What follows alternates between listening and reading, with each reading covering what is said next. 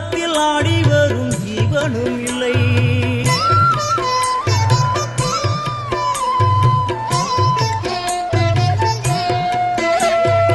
ஆறுதலா யாரும் இல்லை, ஆசை வைக்கும் எண்ணம் இல்லை, ஆணவத்தில் ஆடி வரும் ஜீவனும் இல்லை.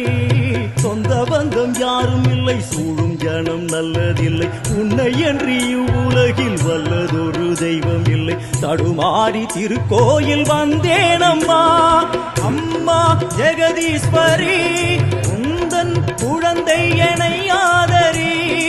அம்மா ஜெகதீஸ்வரி, உந்தன் குழந்தை என்னை ஆதரி.